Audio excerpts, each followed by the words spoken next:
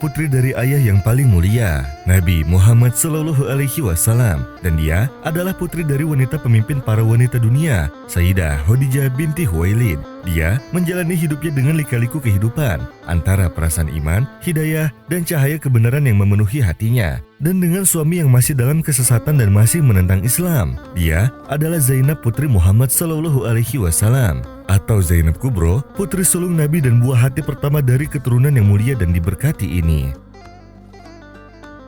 Zainab adalah buah hati pertama dari pernikahan Nabi dengan Sayyidah Khadijah binti Khuwailid. Beberapa sumber mengatakan bahwa dia lahir 12 atau 13 tahun sebelum masa kenabian. Jika selama ini kita sering mendengar kisah-kisah mengharukan dari para tokoh wanita mulia Islam seperti Sayyidatina Siti Fatimah yang mencintai dalam diam kepada Ali bin Abi Thalib, Sayyidatina Siti Aisyah bersama Rasulullah SAW, Sayyidatina Khadijah, hingga kisah-kisah inspiratif lainnya, namun tak banyak yang tahu bahwa ada satu kisah yang juga sangat menggugah hati dan memberi pembelajaran, yaitu kisah Sayyidatina Zainab binti Muhammad yang mengalami cinta berbeda keyakinan bersama suaminya, yaitu Abul Ash.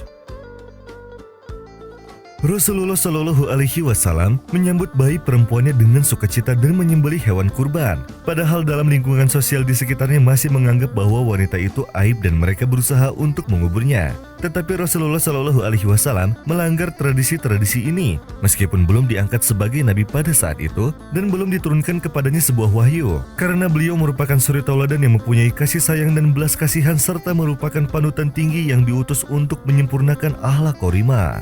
Zainab dibesarkan di rumah yang penuh dengan ketentraman dan hidup nyaman dalam pengasuhan orang tuanya. Ia tumbuh pesat hingga menjadi pusat perhatian banyak pemuda Bani Quraisy. Diketahui bahwa ayahnya Nabi Muhammad SAW orang yang paling utama dalam kejujuran dan kepercayaan, terkenal sebelum masa kenabian, dan ibunya Khadijah binti Khuwailid diketahui bahwa asal-usul dan garis keturunannya yang begitu sangat mulia. Bermula ketika Abul Ash bin Rabi datang kepada Rasulullah, ia meminta agar Rasulullah SAW sudi untuk menikahkan putrinya Zainab. Lalu Rasulullah berkata, "Tunggu sebentar, aku akan tanyakan kepada Zainab." Karena dalam Islam, perempuan berhak untuk memilih siapa yang dia senangi dan tidak ia senangi. Tidak boleh seseorang perempuan dipaksa untuk menikah dengan seseorang yang tidak dia cintai. Rasulullah lantas mendatangi putrinya. "Wahai Zainab putriku, sungguh Abul Ash bin Rabi datang untuk meminta dirimu sudi untuk menjadi istrinya." Namun Zainab terdiam. Maka Rasulullah paham bahwa Zainab ridho jika Abul Ash bin Rabi menjadi suaminya. Karena dalam Islam, seorang perempuan perawan begitu malu, sehingga terkadang untuk mengatakan setuju pun dia tidak berani. Maka terjadilah pernikahan antara Abul Ash bin Rabi dengan Zainab. Hari kian berganti. Saat Rasulullah telah berusia 40 tahun, maka Allah Subhanahu wa Ta'ala mengutusnya menjadi nabi dan setelah itu Allah mengangkatnya menjadi rasul. Mulailah Rasulullah mendakwahkan Islam kepada keluarga terdekat. Khadijah dan putri-putrinya pun ikut masuk Islam termasuk Zainab, dan para sahabatnya juga ikut memeluk agama Islam. Setelah menikah, Zainab tinggal bersama Abul Ash bin Rabi suaminya. Hingga pada suatu ketika, pada saat suaminya pulang dari berdagang, Zainab menemui suaminya dan mengatakan, "Wahai suamiku tercinta, sungguh aku ingin bagimu kebaikan sebagaimana yang aku rasakan. Islamlah, sungguh ayahku telah mendapatkan wahyu dari langit dan ayahku bukanlah seorang pendusta." Lalu Abul As menjawab, "Mengapa engkau tidak meminta izin kepadaku?"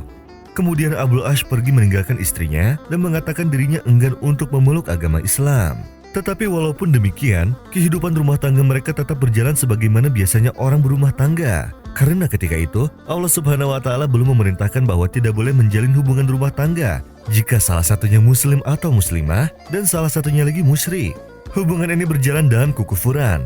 Datanglah masanya hijrah dari kota Mekah di mana orang-orang beriman disakiti, hartanya diambil, dan ketika itu datanglah Zainab kepada Rasulullah dan berkata, "Wahai ayahanda, sudikah engkau membiarkan aku di sini bersama suamiku? Aku ingin mengurusnya." Lalu Rasulullah pun mengizinkan Zainab untuk menemani suaminya, yang ketika itu masih belum memeluk agama Islam.